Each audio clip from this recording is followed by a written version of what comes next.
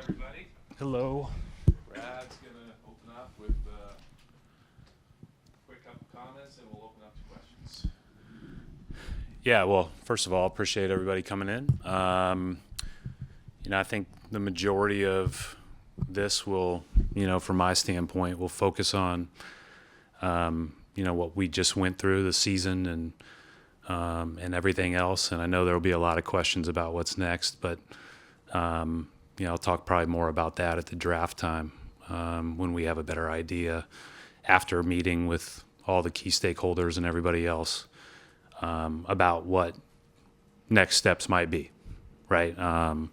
At the end of the day, I think that will all be driven by the same thing that's always driven us, and that is how do we get ourselves in the mix to compete for championships best.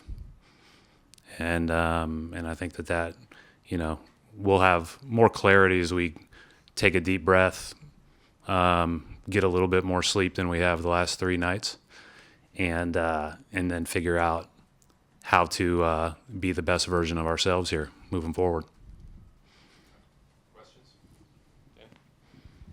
Brad, I'd just like to start with a guy like Jaylen Brown, who has won a title, has a contract, whatever, had his issues, maybe starting in March. How impressed were you with what he did? It just the gameness that he showed, that he wanted to play and continued to play, even if he's got a situation going on with his knee. Yeah, no, listen, the good news is, I think, first of all, Jaylen wants to play. Jaylen's a competitor. Jaylen's a warrior.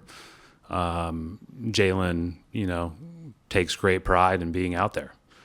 And at the same time, we also, he saw our team docs and a couple of other people, and as he even said a couple of weeks ago, the knee's in a good place structurally, and so I think he felt comfortable getting out there and going after it, and hopefully he'll feel better after being off of it for a couple weeks here. That's the unfortunate part, is we're done in middle of May, but some of these guys have some Knicks bruises and other things that it'd be good to get some rest. Brad, what is the do you know a treatment at this point for Jaylen, the plan there, and what is the outlook now going forward for him and Jason health-wise? I don't. I think for everything Jaylen said to me and said here, I think that what I just said is probably the outlook. I mean, what was reported this weekend, that's been something that's he's had for a while, and it's been stable, and he's played with it, and so that's been several scans through and through. So like, we've known that for a long time, and he's known that for a long time, and but it just tells you, like, these guys they care. Like, they care about winning, they care about playing well, and again, I think that'll probably, he'll drive that, but certainly, we're thankful for how much and how hard he's played, but he was definitely experiencing some discomfort there in March. But you guys all watched it in the last couple of weeks. I thought it got better and better and better, and I think he actually felt better. At least he told me he felt better at the end of the Knicks series. And obviously, it's going to be a longer span of time without Jason here. How do you anticipate sustaining through that, and how big of a part is Jaylen in kind of having some stability next year as Jason's going to be out? Yeah, I mean, those guys have been the core parts of this whole program for a while, and so there's no question about that. And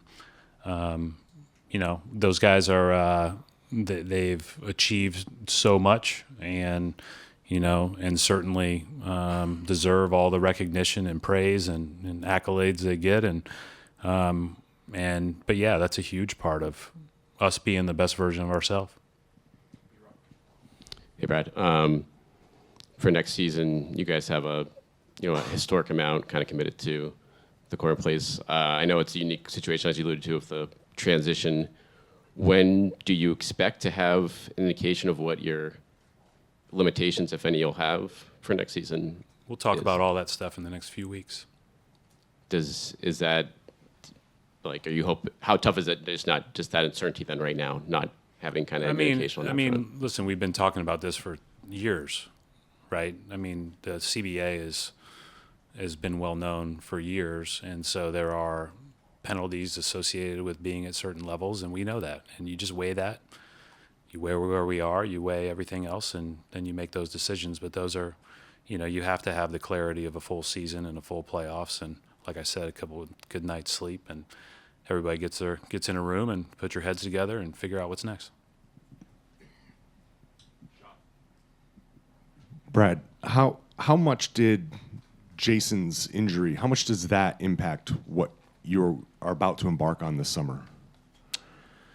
I think anytime you're talking about an injury like that, I think it's another piece of information that you have to ingest and figure out how that affects you moving forward, both next year and in the future.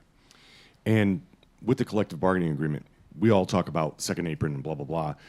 But what about the other end where teams that normally had cap space, where you would normally be able to say, hey, salary dumps, those don't exist the way they used to anymore. How much does the lack of that kind of trading partner impact what kind of moves that you have to make? Again, we'll talk about all that stuff at draft. I'll have a better idea about all that stuff. But I would say that we have a bunch of really good players, and they're obviously under contract, and we want to first look at everything that we have here, and again try to be the best version of ourselves here. Brad, with everything Kristaps had to go through down the stretch of that season there, how tough was it to watch him have to go through that, especially considering, like you said, all the decisions you guys are going to have to make this summer and everything? And two, was there ever any clarity as to what exactly was going on? Or? Yeah, no, I don't think anybody was more frustrated than him. And I felt for him because he, the way it was described to me was just post-viral syndrome, which is just, lingering effects of a long illness. And, I think we've seen that and probably all read too much about that over the last several years. But I think that, unfortunately, I thought he had really turned the corner there towards the end of the regular season. When we went to Madison Square Garden, he was so good. And then even in the first round. And then for whatever reason, he just didn't feel as good there early in the Knicks series and never really felt great. Now, in the middle of a playoff series where you play every other day, it's not an ideal situation to feeling better, especially with the travel and everything else and the amount of, physical, force these guys put on their bodies. So, our expectation is that it'll probably be the next couple weeks will do him good to be off, but, he's going to play for Latvia. I think that's a good thing. I think it's good to be playing in Eurobasket and I'm sure it'll be well cleared up by then. You mentioned that it popped up right at the end of the regular season or right before the postseason. Was there anything that triggered him not feeling well again, or was it just out of the blue he just started feeling bad? Just out of the blue. Gary, then Adam. Brad, you guys have made the playoffs every year since 15 and been 7 or 8 Eastern Conference Finals. With your ego, in terms of you want to build a championship contender every year, but is there something that says, with the new CBA, with all the restrictions, with Jason's injury, maybe we have to take a step back? There could be, are you in the brass? Were you kind of pointing to eventually we're going to have to take a step back? Eventually, how does that go when you want to tell Boston that they're going to have a championship contender every year, but that might not be sustainable? Yeah, and I think the way that you say it is the North Star is to have a championship contender. Right. And so you have to you have to do what's best to give yourself the best opportunity to do that when you can do that. And so we just have to look at it all and decide, how feasible that is on any given year. And then, make sure that we are, we're making the decisions accordingly. But the reality is like I said, we have a lot of good players. We're in a unique situation. They're all under contract. And obviously, as you pointed out, there are, several basketball penalties that will come with that amount of salary. And so we just have to weigh it all and make those decisions. And again, I'll have more clarity after we meet and talk and go through it. But is that possible to continue every year under the restrictions to have a championship contender, or do you have to? I never put a ceiling on a group of players. So, some years you put a group together that you think has a better chance than others, but we'll see how it all looks. But my goal is always and will always be to try to best position us to compete for championships. Brad, you obviously helped Jason off the court there. It sounds like you were with him afterward with the surgery and everything. What was that kind of time period like, helping him get through such a difficult moment, and how has he kind of gone through it, the mental aspect of it right now, and how do you expect it to kind of progress physically over these next few months? Obviously that's hard, super hard for Jason. I mean, more than anybody, as has been well documented, he loves to play. And I think even missing 2 games has been, grueling for him. And so we know that there's a long road ahead, and that there's going to be several steps that he'll have to take before he ultimately gets back out on the court. But the positive was we were 15 minutes away from Dr. O'Malley, who is a terrific surgeon who has done a number of these. And Dr. Shenna was on the phone with him before we left the building on Monday night.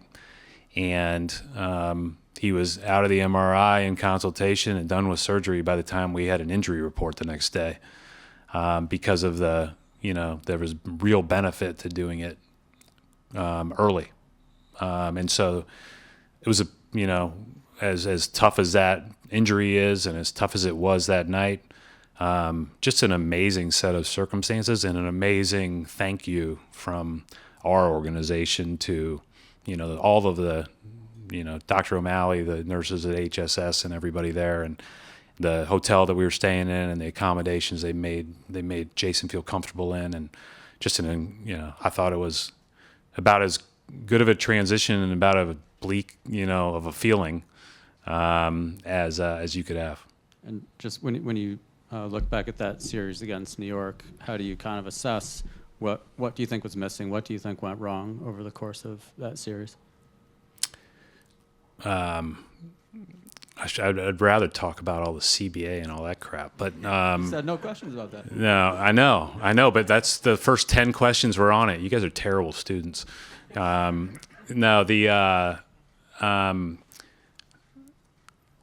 Listen, the reality is we blew the first two games, right? And that's why we put ourselves in a tough spot. I realize, and we all realize, listen, these leads go fast, these games go fast, but we had our opportunities, and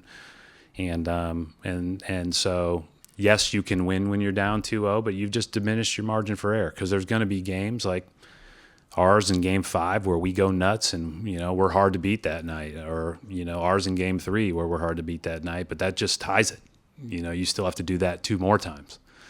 And so, that's not on any one person. That's not out of a maliciousness. That's not like a bad decision. It's not like bad luck.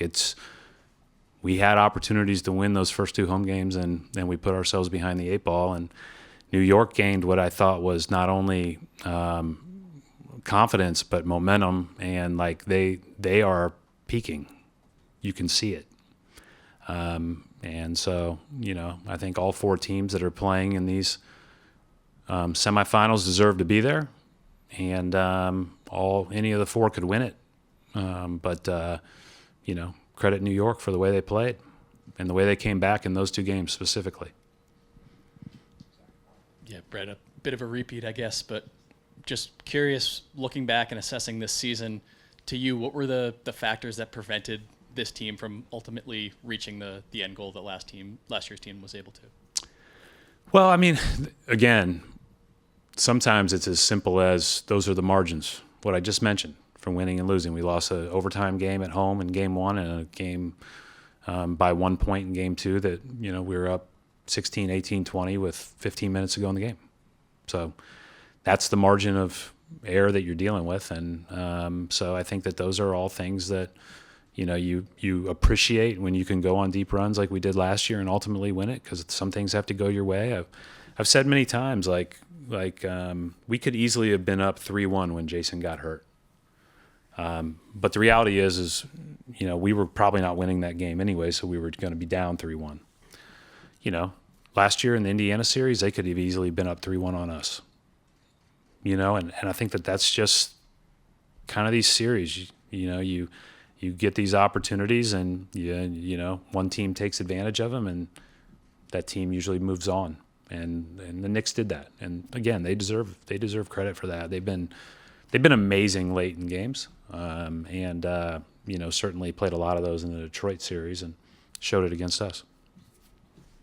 Brad, when the guys were leaving this week, over the last couple of days, they've been kind of seemed to understand the circumstances this offseason. Have there been any conversations about what's to come, or or do they just kind of understand it?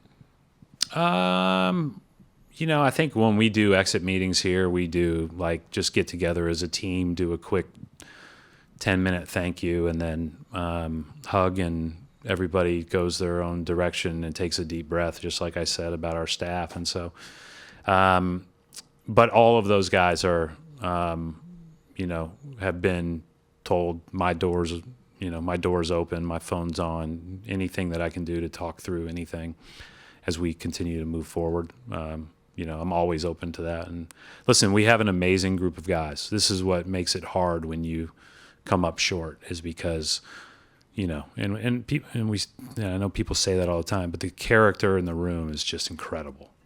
They are, and they're the kind of guys that, they can go in any gym, anywhere, and win any one game. We just didn't do it enough.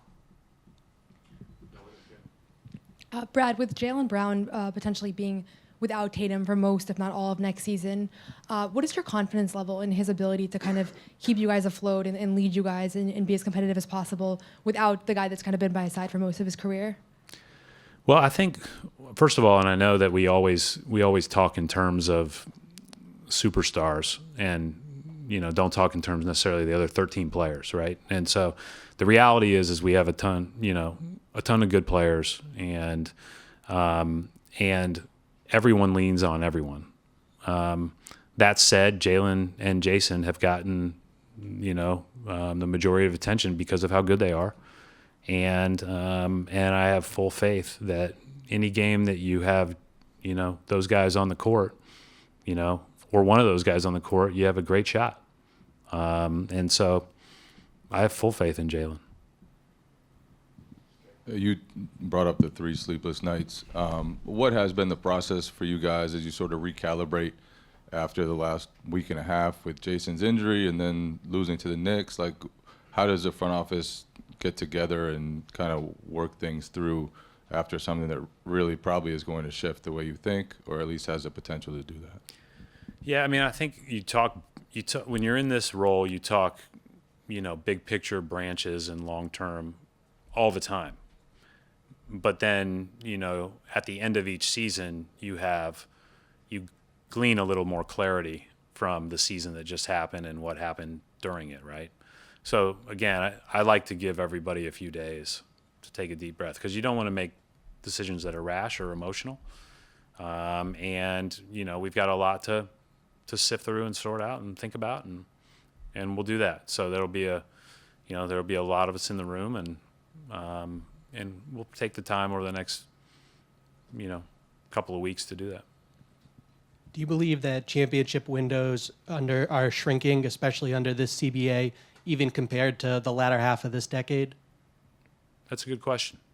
I don't know, but I think it's it's something that I think, I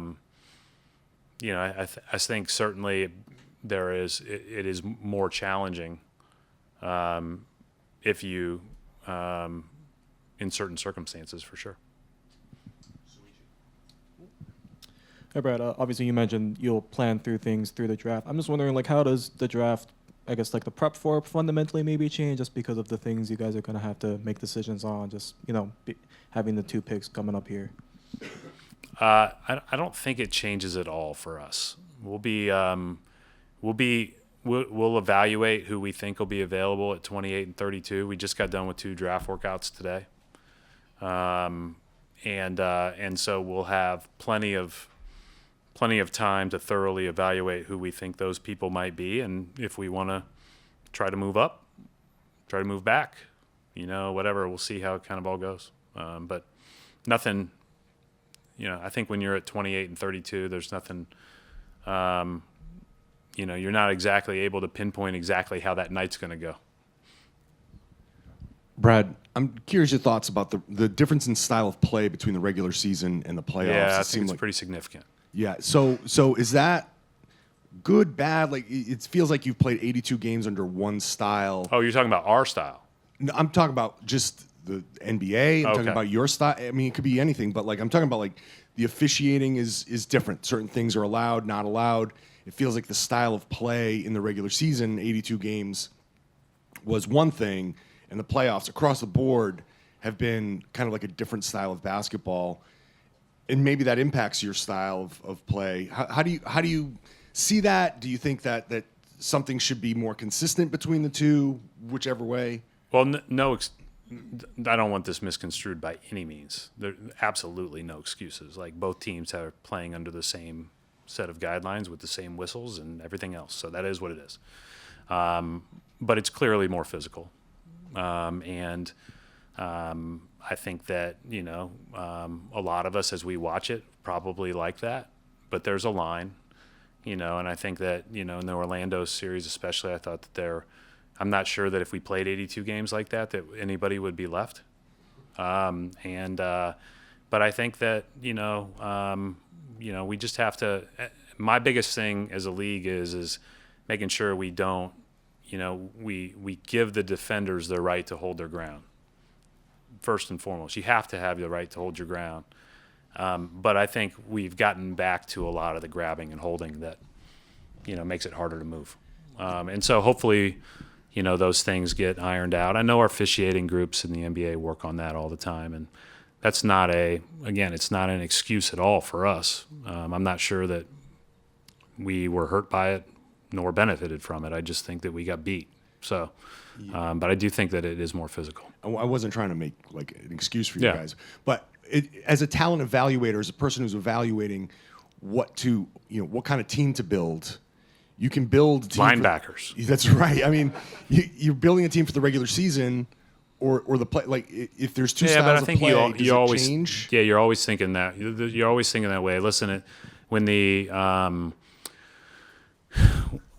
rotations shrink in the playoffs, which not everybody's shrunk. I mean, I think there's some teams that are playing probably more guys than normal, and I think that all of that is stuff to look at. But when the rotations shrink generally, I think it's largely because there is an even increased intensity level, right? There's an increased physicality level, whether no matter what is said. And you just have to match that, and the very best athletes match that, right? And so that. And so, you're thinking about, everybody has these discussions all year where, that's a person that's in our top 7 or 8 or 9 in a rotation. That's a playoff. You could see that playing in the playoffs. And then there's other guys that you think, okay, we want them to work up to that, or maybe we think they can get up to that. And that's a real thing. Brad, with everything that's gone on in the coaching world, like the last couple months, like Michael Malone in Denver, Taylor Jenkins in Memphis, like, it feels like there's never been a time where there's more uncertainty than there is now. So I'm curious, as someone who was in that world for so long, what do you make of this new era of, like, how quickly coaches get fired at weird times, and then 2, how pleased have you been with Joe for the past 3 years? Yeah, Joe's great. Joe's done a great job. I don't think anyone in coaching ever thought it was certain. So I think uncertainty is what you sign up for in some ways. But listen, there's so many things that go into winning and losing, and coaching's part of it, right? But playing, circumstances, injuries, whatever the case may be, there's so many things, and so that's why I think it's so important to I know how hard their jobs are, and I've felt for Taylor and for Mike, and obviously talked to both of them, and but every year, good coaches get let go, and they're way better than everybody talks about them. I'm just telling you because I coached against them. They're way better than everybody thinks or knows. So, but that's the reality of our situation because that's the way the world works. And there's other coaches that are really good too that'll get their opportunities. And but yeah, we're lucky that we have Joe here. We're lucky that we have the staff we have here, and we're thankful. Brad, you got 28 and 32 with the draft. We do. There's right now. Yeah, right now. There's rumors that you talked to two guys, one who's projected to go number one, you've interviewed, and the other one's another lottery pick. Do you expect around the league fireworks to kind of happen on draft night? You said get back to you on draft night. Do you expect the draft will be able to determine some things? So the way that this does, we can rank who we want to talk to, and the people we know we can't get in to work out is how we decide who we want to talk to at the combine. Otherwise, we may never get to talk to them again. So the only people that'll come in and work out for us are people that think they're between, in our range, or maybe they're at the bottom end of our range, or whatever the case may be. So that doesn't really have anything to do with any of that. Will there be fireworks on draft night? I can't imagine, but again, who knows? I wouldn't guess with us, no. But in terms of there's a player in Milwaukee who might be moved. There's a lot of stuff that go on. Could eventually you want to speak, but that you could be a part of. You could jump in. Is that something you have to look out for? I think generally, one of the concerns with the new CBA was it might limit trade activity or movement, and I don't know. I don't think necessarily in the big picture that's the case. I think they're no specifics at all. But I wouldn't be surprised to see movement continue to happen across the league. But, as far as us and moving up to those levels in the draft, I would guess that probably is not on the table. All right. Thank you, Brad. Thank you. Everybody.